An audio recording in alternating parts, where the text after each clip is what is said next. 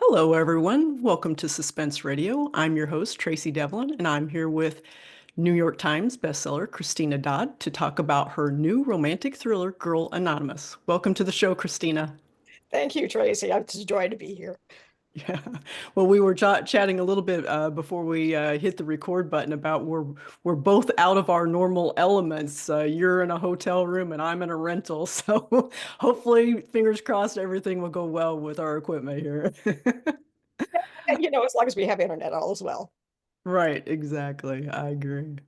Well, coming from the romance world myself, I know you're a bit of an expert on anatomy. What is the secret to women developing three arms? Yeah, I hear you might know something about that. My fourth book, it was called Castles in the Air, and it was at a romance writers conference, and one of the booksellers came to me and she said, "Did you know that that woman has three arms?" And I was like, because they sent me a poster, and I looked at it. They spelled my name right, so I figured, oh well, it's fine. Um, so then I went down to the bookstore, and by golly, she really did. It was just very, very nicely done. And most Yes. people, when you say to them, "Can you tell what's wrong with this cover?" They don't see it unless they're an artist, and an artist will pick it up immediately. They always know. And I have Yeah. it caused such a fervor at my publishing house. I can't, it's just hysterical. And here we're still talking about it how many years later, right? 30, It's 30, good times. probably 31. Yeah. Yeah, exactly. Too It's, fun. Yeah. I people, remember the first time I heard about it and I went and I looked at the cover and I'm like, I don't understand it took me a little while to find that third hand. yeah, So if it had been obvious, everybody would have got it. But yeah. but I sold so many books. I sold those books to everybody. I do autographings, and guys would walk in and I'd say, sell it to them. It was just, first they have to be funny about it, like how many Yeah. are there and stuff like that, but then they'd buy the book. Well, it's a good icebreaker just like I use, so it's always good conversation topic, I suppose. Well, now that we know you're the queen of anatomy, what else can you tell us about yourself, Christina?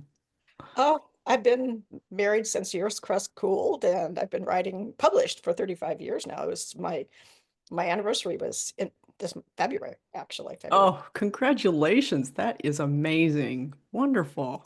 February 2nd, 1990, I got the phone call about 3:38 p.m. and who's counting, but it was a very important moment. And we took my entire first advance and the family went to Disney World.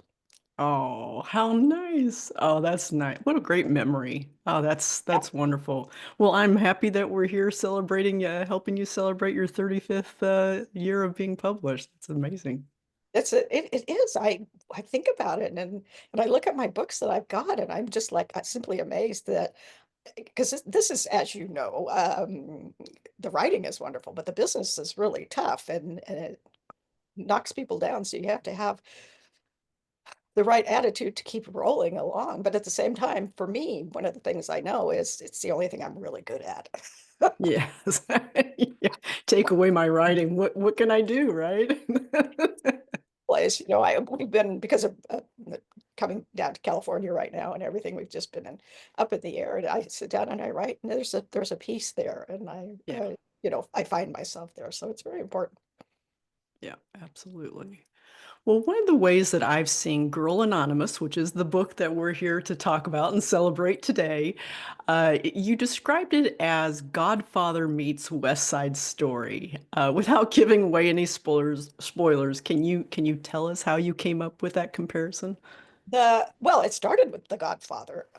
There is a line in Godfather 2 where Michael Corleone, the head of the family, the Corleone family, is dancing with his wife, and she says to him, you know, you said 5 years, you said in 5 years the Corleone family will be totally legitimate, and that was 7 years ago. Mm, And I kept hearing it in my mind, and I thought, okay, what would happen if a mob boss actually decided to take the family out of the money, out of, really easy, corrupt money?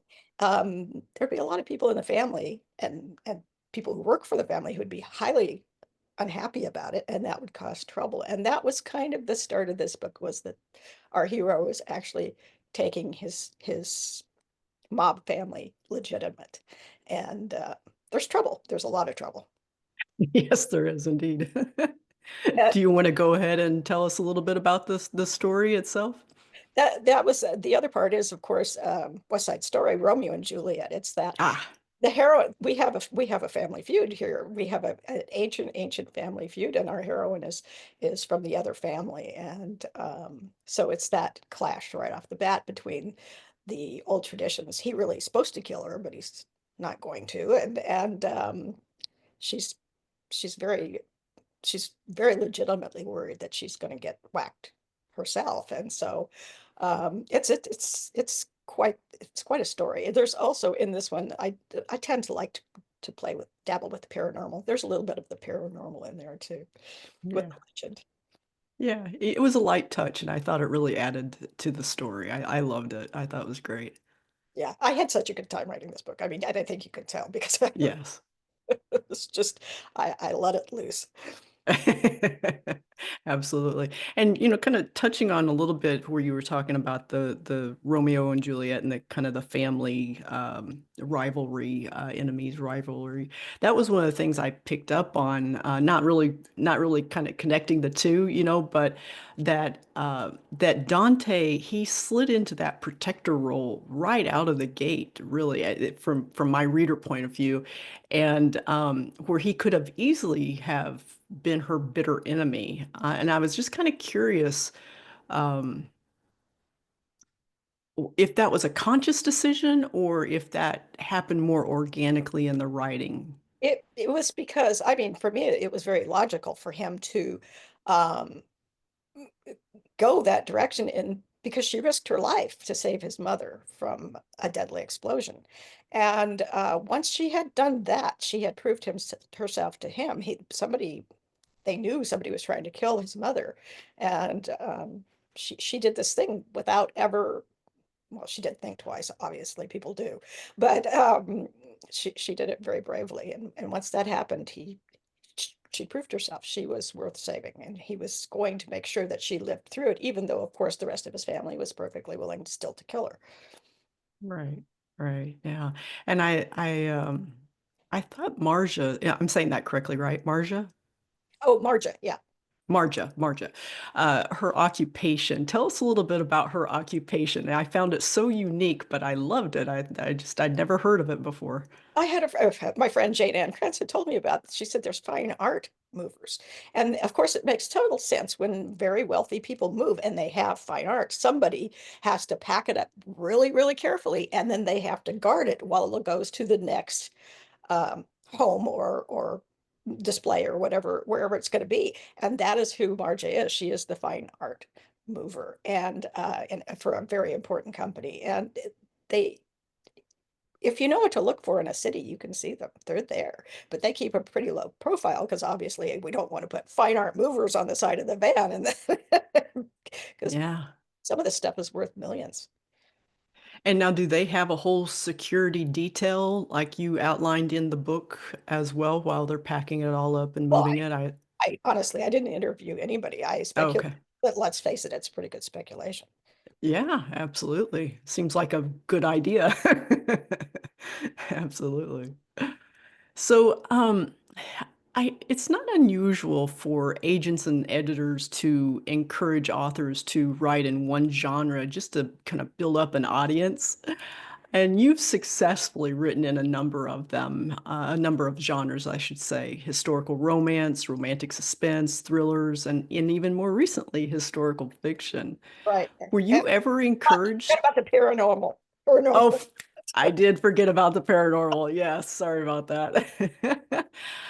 Were you ever encouraged to use a pen name or add a middle initial to your name? Anything Nobody like ever that? wanted me to use. I got successful quickly enough in historical romance, and they always wanted to spring off my name.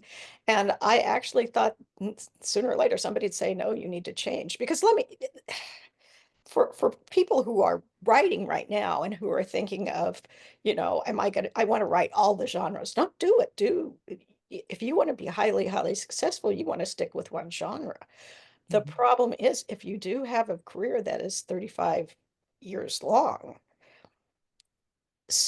For me, I just have a short attention span, so I would get really good at a genre, which it always takes, Mhm. it's always another learning curve when you go and change. Yeah. And then I'd kind of feel like I was plagiarizing myself as I told the stories. And so I would think, well, what else should I do? And it's always a big leap into another genre. I've never done it calculating in any way. Hmm. In like a burst of enthusiasm, and then I go for it. And the so I could be way more successful, but I also could be way more unhappy. And I have to tell you, I like I love the job. It's just so much fun. I enjoy myself every day. So no, not every day. That's an exaggeration. It's work, but Yeah. it gives me something to think about, and it gives me something to do that centers me very much so. Yeah. Did you find it whenever you would try a different genre, did you find that kind of refreshing, almost like a palate cleanser? Yeah. Yeah. Yeah, and like I said, there's always something to learn. It's not you'd like it to be easy, and you Hmm. think after you've been in the business as long as I have it that you should know it all, and it never works that way. I know a lot of authors who have been in the business long, long time and written a lot of books, and they all are just like, well, this one was absolutely the hardest thing ever. And you're just thinking, don't you know how to write by now? Well, no, it's different every time, and that's a great thing too. Yeah. Yeah. Now, Girl Anonymous is part of a series, I believe. And I was curious if you could, it's kind of loosely, I think more regional, like a regional series. Can you talk a little bit about that? Yeah, it is basically what is holding the book together is Gothic California. I invented a village on the Big Sur coast of California, which, if you know it, it's absolutely the most gorgeous, wild, Yes. magnificent part of the world you can imagine. And Mhm. the storms come in, they wash out the highway all the time. I think when I was doing the research, and that was quite a while ago, um, the longest the highway has been washed out has been 9 months. And Mm, it means so then they have to cut over the mountains, and there's only the one road. I mean, it's a way to isolate people, and at the same time, I created a town that was very much kind of a one company town and small community, and one of those places that in the world that the wealthy like to visit because it's quiet and they have great cooking, and it should be a tourist town, but it isn't always because of the highway washing out occasionally. So all of the last 5 books have had some of them were actually set in Gothic. They're all standalones. That's not a problem, but they yeah. are all set in Gothic, and those 3 are set in Gothic, and then the last 2 have had just kind of appearances of Gothic as a character. Yeah, I think that's an interesting and kind of a unique way to link books, you know. I assume there's not any cameos from the other books. It's just purely the link to the town. Yeah. Yeah, yeah, exactly. It's I as a reader like familiar territory, and this it was very easy to use Gothic in that way as a link for readers who could say, "Oh, I remember this," and Yeah. it's fun. Yeah. Great. Well, switching gears just a smidgen, I was wondering if you could tell us about a recent book that you've read and loved and maybe why. I know it's always hard to come up with some, off the top of your head, I but a friend recommended the Thursday afternoon murder club. You already yes. know this one. I mean, Richard, yeah. I'm reading it right now, and I'm just I when I on page 9, I burst into laughter, and I said, "Okay, I'm gonna love this book," and I do. I just think it's so clever, and apparently Spielberg has already optioned it, and Helen Mirren's going to be in it, and Pierce Brosnan, and Yeah. yeah, it's really it's hysterical, and it's a murder mystery at the same time. Yeah, I really enjoyed it too. And I just finished reading actually the first and second book, but the second book for an interview for Tess Gerritsen and her Spy Coast series. Yes. And it reminded me a little bit of Richard Osman's series. It was just fun. These former retired CIA agents. It was just great. No, but there's so one thing that's happened with the publishing with self-publishing is it broke everything wide open, and Mhm. you can read anything you want now. It's amazing. Yeah. Yeah. No more weird barriers. Yeah, exactly. Yeah, Yeah. it's all Yeah. out. So and how much fun for people who really do have like that niche Absolutely. reading. Yeah. Yeah. Do you have a favorite place that you like to write? And also, do you have any rituals that you need to do to get yourself in the right mindset? I the simple answer, short answer is no. I am a wandering writer. I can sit in one spot and I can get stuck and I don't know what to do. And if I pick up my computer, my laptop, which is what I've written on for years and years, walk to a different room, sit down, and I can start writing again. I have no idea what there is about my brain that makes me wander around. And I have to tell you, there aren't very many writers that I know of. Most people Yeah. have they have to have their desk, they have to have their monitor, they have to have their keyboard, and they don't move. And I'm just all over the house. And so I do have an office, but I don't really use it as an office. I use it as I go in there and sit sometimes, and I use it as a library. And then I go down to the other library, and then, I can write anywhere. I think that's partially the training from being a writer when I had little kids. Mm, yes. Yeah. Yeah. You get in those 15-minute snatches wherever you can, wherever and whenever, right? You actually get to send them to school, and you're like, I gotta write. Oh, yeah, that's true. So yeah, I think that's probably it. But yeah, it makes my life a little easier when it comes to writing. I was writing on the Oh, plane. yeah. I wrote for Yeah, the plane yesterday. great. So, Christina, before we go, can you tell us what is up next for you? Any fun projects you can talk about? Well, okay, first of all, I actually brought the cover up for Girl Oh, Anonymous. yes, thank you. Yes, it's beautiful cover. There we go. Loved it. Yeah. So, and while you're on my website reading about it, which is ChristinaDodd.com, do join my newsletter. I get I get fan mail on my newsletter. So, um, okay, what's coming up? There's a lot coming up. Yeah. Uh, I'm going to test you to see if you can remember everything you told me before we hit the record button here. okay. Every Single Secret is coming out. This was out last year, and this is one of the Gothic books. It's coming out in paperback, or came out in paperback today. Um, that is the first one. That's February. March, I have Girl Anonymous. That's March 11th. And then in April, I have a novella for Daughter of Montague series, which is this one right here. There we go. Uh, Such great cover. So Yeah. everybody loves these covers. They're so good. But it's called the novella is called What Dreams May Come. And may I say, I said I'm going to write a little short novella, and it ended up 26,000 words. I don't even know what happened. This is this is where you've been writing over 60 books, and I still don't have any control over my writing. But so longest novella in the world. And then April, May, we have I feel like I'm forgetting something. No, May, we have the trade paperback of this. And then in June, their second book in the series is coming out, and that's Thus With a Kiss I Die. The Daughter of Montague series is uh, basically about the daughter of Romeo and Juliet. And she's a sleuth. It's first person. It's the first time I've written in first person. And it we were talking about the Thursday afternoon murder club where I laughed out loud on page 9. But people tend to laugh out loud on page 9 here, and then they're either horrified because I changed the story of Romeo and Juliet, or they're happy with it. The interesting thing for me has been that literature teachers seem to love it.